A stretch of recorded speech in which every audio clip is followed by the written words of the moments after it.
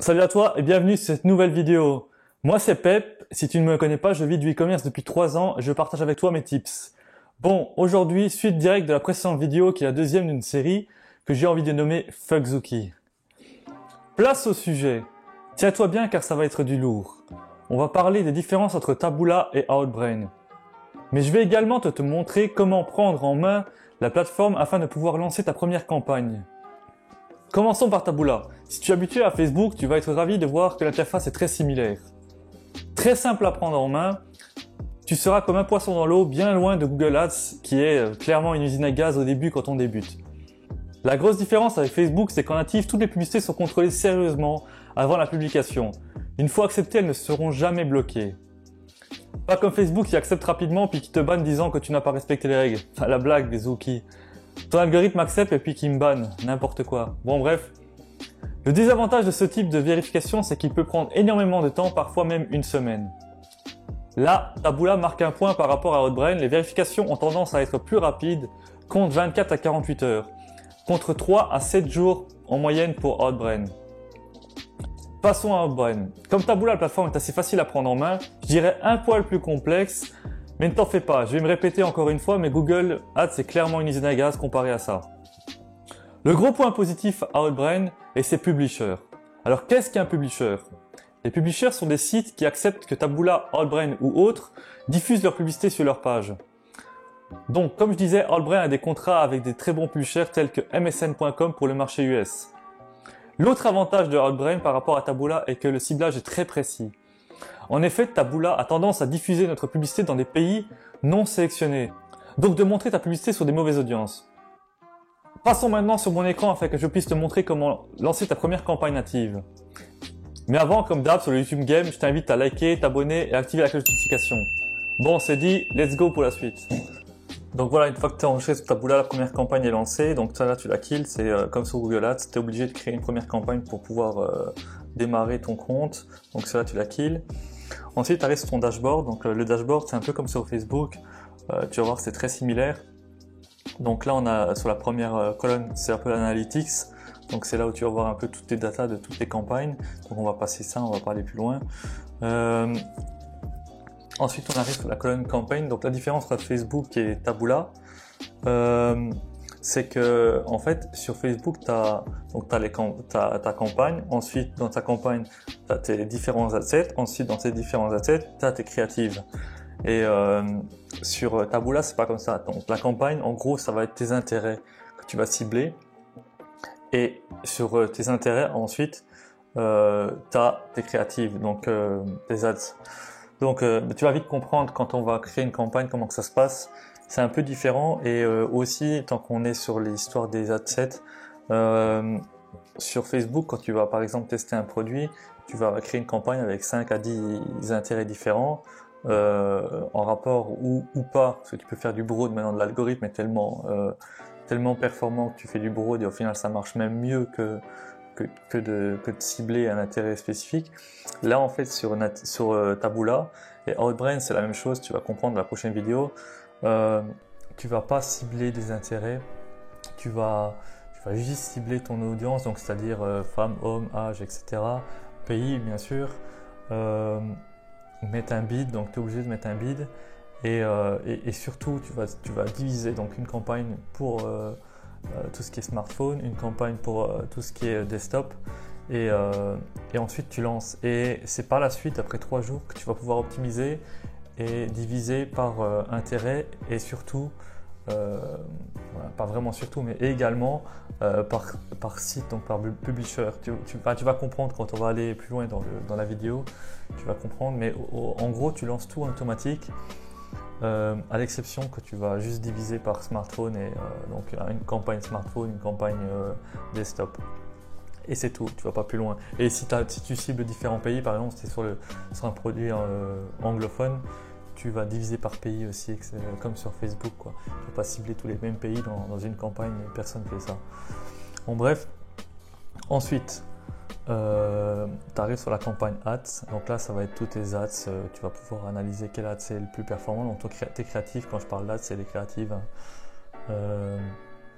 Ensuite, sites, c'est les fameux publishers que je vais parler dans le début de vidéo et dans la vidéo précédente. Donc ça va être les pages sur lesquelles tes publicités vont être présentes, donc vont être présentées à l'audience cible. Donc là, par exemple, on peut voir que MSN Edge, c'est là où j'ai dépensé le plus de budget en fait. Et c'est pas forcément là où j'ai eu le plus de clics. Donc là, par exemple, ce Imply Partner International, il y a beaucoup plus de clics et moins de budget dépensé, tu vois. Et donc du coup, après 3 jours, tu peux analyser ça et clairement kill ce qui dépense trop et qui te rapporte pas forcément des achats ou des clics, ou ça dépend ce que tu veux faire. Et garder uniquement ce qui fonctionne, ou garder tout et gérer différemment le bid. Peut-être que sur celle-là, tu vois, je dépensais plus, j'avais moins de clics, peut-être que je pouvais diminuer un peu le bid pour dépenser moins et avoir des clics plus pertinents, tu vois. Donc ensuite, country, on va passer, c'est là où tu choisis le pays cible. Bon, plateforme, qu'est-ce que c'est? Alors plateforme, c'est juste la différence entre le desktop, mobile et tablette.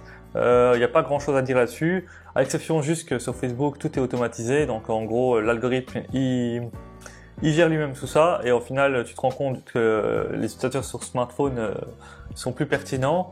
Et en Antivat, c'est pas tout à fait pareil. Antivat, les gens sont sur leur PC au boulot, par exemple, ils regardent les news et du coup, ils sont sur PC. Donc du coup, tu vas vite te rendre compte que desktop, c'est plus performant que mobile. Maintenant, ça ne veut pas dire qu'il faut créer des campagnes desktop. Moi, ce que je fais, c'est de splitter tes campagnes, une campagne desktop, une campagne mobile, une campagne tablette. Ensuite, tu regardes ce qui fonctionne. Si tu vois que t'es pas pertinent sur mobile, tu kills. Si tu vois que c'est plus ou moins pareil, tu laisses. Mais en général, tu vas vite te rendre compte que desktop est plus pertinent et tu vas dépenser plus. Donc, tu splits tes campagnes. Ensuite, audience. Alors, audience, c'est pas besoin d'aller plus loin. Tu sais ce que c'est. Donc, c'est hommes, femmes, âge, leurs études, le travail qu'ils ont et tout. Donc, en gros, c'est les caractéristiques de ton audience. On va pas aller plus loin là-dessus. Ensuite, contextuel. Alors contextuel, par contre, ça c'est intéressant. Alors contextuel, tu pourrais comparer ça aux intérêts sur Facebook, à exception que sur les intérêts sur Facebook, en gros, c'est par rapport aux data de Facebook. Facebook sait que telle personne, par exemple Ginette, 36 ans, aime la beauté parce qu'elle regarde tout le temps ces pages-là, parce qu'elle a acheté ces produits-là. Là, c'est différent. Là, contextuel, en gros, c'est les catégories sur les publishers. Donc, comme je t'ai expliqué, les publishers, c'est des sites, bien souvent des sites de news, comme par exemple, prenons l'exemple en France, le Figaro.fr. Alors, le Figaro.fr, tu vas avoir une catégorie ILSI, une catégorie économie, une catégorie sport, une catégorie divers, une catégorie monde, etc. Tout ça, c'est le contextuel. Donc, pour être plus clair avec toi, tu vois ici dans le graphique, tu vois qu'il y a eu plus de dépenses en non-Covid-19. Bah, pourquoi? Parce que tous les sites d'infos, que ce soit les journaux, etc., balancent un max d'informations sur le Covid-19. Donc forcément, il y a plus de gens qui regardent les infos sur le Covid-19. Donc forcément, je dépensais plus dans cette catégorie. Après, tu vois, tu as une catégorie sport, une catégorie art and entertainment, healthy and fitness. Tu vois, c'est toutes tes catégories d'infos. Bon, bref, là, pour dire qu'en fait, comment tu vas lancer ta publicité. Donc, sur Facebook. Sur Facebook, tu crées une campagne, 5 à 10 intérêts.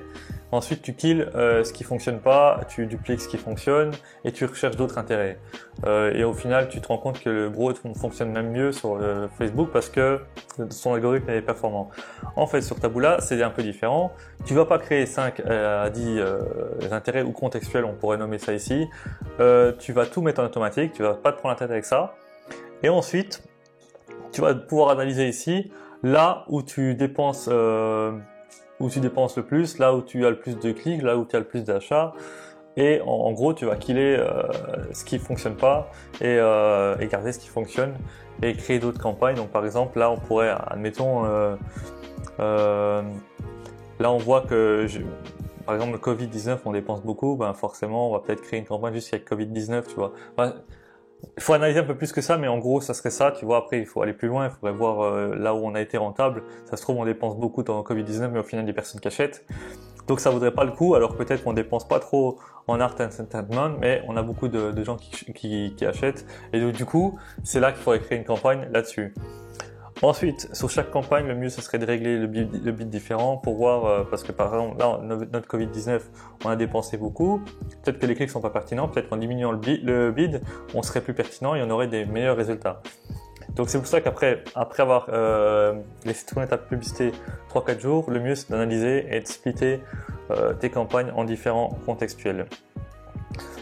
Maintenant on va passer à la création de campagne en cliquant sur Create et puis Campaign. On se retrouve pour la suite sur la prochaine page. Bon, c'est parti pour la création d'une première campagne, comme ça on va faire ça tout ça ensemble. Donc ici, c'est le nom de la campagne, c'est comme sur Facebook. On va mettre YouTube. Hop. Brand name, en fait c'est le nom de votre marque, donc on va rester sur YouTube. Hein. Ensuite, vu qu'on est dans l'e-commerce, c'est online purchase, vu qu'on veut faire des ventes. Ici, on laisse, c'est pour démarrer plus tard, on va pas changer ça.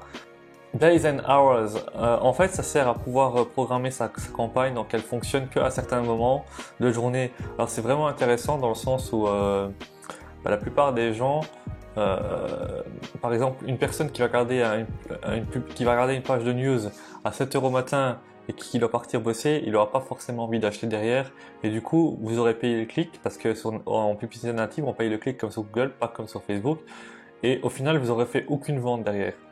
Et donc ça va devenir intéressant après que les data, quand vous aurez quelques données après quelques jours, vous aurez remarqué que que vous vendez plus souvent de telle heure à telle heure. C'est bien souvent entre 11 h et 17 h.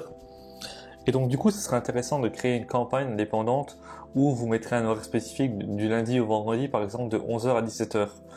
Bon là, pour commencer, on va laisser ça en 24, 7 jours sur 7. Mais après, il faudra optimiser, donc je vous laisserai faire ça par la suite. Donc ici, c'est le pays, donc on va mettre la France, hop, pour l'essai. Là, ça permet de cibler par région, mais comme sur Facebook, il y a aussi l'option là, mais bon, ça sert à rien, vaut mieux laisser le pays. Par contre, chaque campagne a pays. Si vous ciblez le marché, par exemple anglophone, et vous ciblez plusieurs pays, chaque campagne a pays, et commencez pas à mélanger tous les pays. Ensuite, plateforme, ça sert à splitter entre desktop, smartphone et tablette. Alors là, c'est vraiment important de le faire tout au début. Donc il faut faire une campagne desktop et une campagne mobile. Comme je vous ai dit précédemment, les résultats sont bien meilleurs sur desktop avec la publicité native. Donc on va commencer en desktop. Ensuite, ça on laisse, ça on touche pas. L'audience, ça ne sert pas pour le moment, il faut avoir un peu de data. Donc par la suite, il faudra créer une audience. Et donc le budget, on va partir sur un budget de 30 $ journalier, monthly, peu importe, vous pouvez mettre en lifestyle, peu importe, c'est juste pour l'exemple de la campagne. Ensuite, le bid. Donc le bid, je vous conseille de mettre un bid de 0,26 pour commencer. Ne suivez pas les indications qui sont ici, donc là il propose de mettre un bid de 30 $, faites pas ça, c'est de la connerie. Donc vous mettez un bid vous mettez un bid de 0,26 pour commencer et ensuite il faudra optimiser. Donc de toute façon vous allez créer des vidéos de campagne avec une optimisation sur le temps, je veux dire dans la journée où ça tourne de telle heure à telle heure, une optimisation par rapport au contextuel, etc. Et chaque campagne il y aura un bid différent et à vous d'optimiser. Si vous voyez que vous dépensez trop et que vous n'avez pas vraiment de vente, descendez. Et comment trouver son bid parfait, en fait il faut descendre. Et une fois que la publicité ne se dépense plus, c'est que le bid minimum a été dépassé. Donc le mieux c'est de remettre un tout petit peu plus et là vous êtes au bid parfait. Il faut un peu tester en fait, il n'y a pas vraiment de règles là-dessus, il n'y a pas de recette miracle. Ça on laisse en smart, optimisate on touche pas. Le CPA global, goal, excusez-moi, le CPA, en fait c'est une fois que vous avez de la data, vous allez pouvoir voir tous les combien de dépenses vous allez faire des ventes. Et là, ce sera intéressant de mettre un CPA maximum, surtout si vous avez une petite marge. Vous allez pouvoir éviter de dépenser trop et de ne plus être rentable. Mais là, au début, il vaut mieux laisser ça vide. Et le tracking, en fait, ça sert à, si vous utilisez une plateforme comme Volume, par exemple, une plateforme qui est indépendante qui permet de traquer tout ce qui se passe sur votre page de vente. Donc Volume permet de voir si telle personne utilise tel bouton, si les personnes qui lisent cette page finalement quittent ou passent à l'étape suivante. Et aussi, ça permet de splitter toutes les plateformes. Donc par exemple, vous faites du Taboola, vous faites du Outbrain, vous faites du Facebook Ads, vous faites du Google Ads. Et ben en fait, vous pouvez intégrer ces petits codes-là à volume et du coup, vous aurez une statistique vraiment indépendante parce que sur Shopify, vous allez voir par exemple, vous avez fait 10 ventes. Admettons, vous avez trois plateformes. Et de temps en temps, bon, sur Facebook, le pixel est quand même assez performant, mais de temps en temps, vous avez des ventes, mais qui sont pas comptabilisées par le pixel de telle plateforme. Surtout avec Google Ads, c'est pas très précis. Et, euh, et du coup, ben, avec Volume, vous allez pouvoir voir quelle plateforme vous a donné cette vente, et du coup analyser là où vous êtes rentable. Là, ça mériterait de mettre un peu plus de budget. Mais bon, là, vu qu'on c'est pas une vidéo sur Volume, on va pas utiliser ça. Je ferai peut-être une vidéo indépendante où je parle vraiment que de volume, mais c'est vraiment complexe.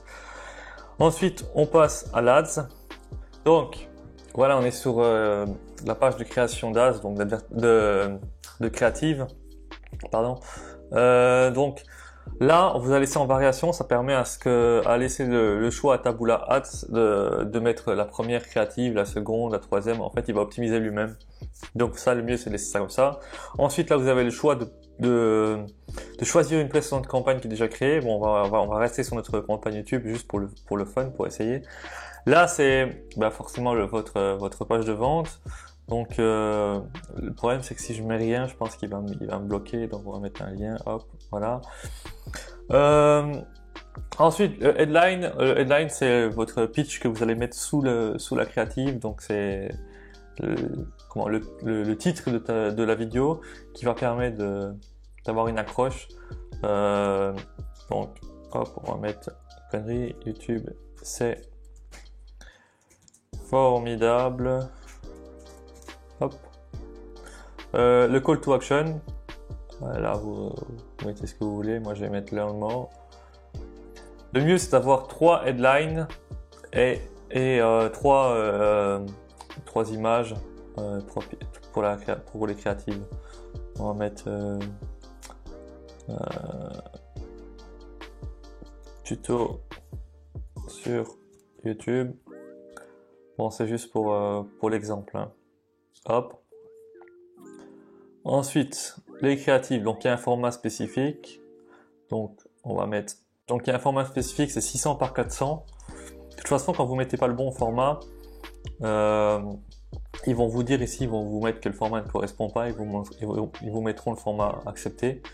Donc là, j'ai mis voilà, un truc que j'ai fait vite fait juste pour l'exemple. Vous pouvez en apporter autant que vous voulez. Le mieux, c'est d'avoir 3 images, 3 headlines. Et du coup, quand vous mettez des images différentes, vous allez voir les exemples ici différents, les previews. Et ensuite, c'est parti, on clique sur Submit et la campagne se lance. Et il n'y a plus qu'à analyser. On fera peut-être une vidéo sur comment optimiser ces campagnes. J'espère que cette vidéo vous a plu. C'était un peu long quand même. Mais j'ai essayé d'être le plus bref possible dans ma vidéo. La prochaine vidéo, on parlera du coup de Outbrain et j'aurai une petite surprise pour vous, un truc intéressant au niveau des native ads. C'était Pep, allez, salut, ciao!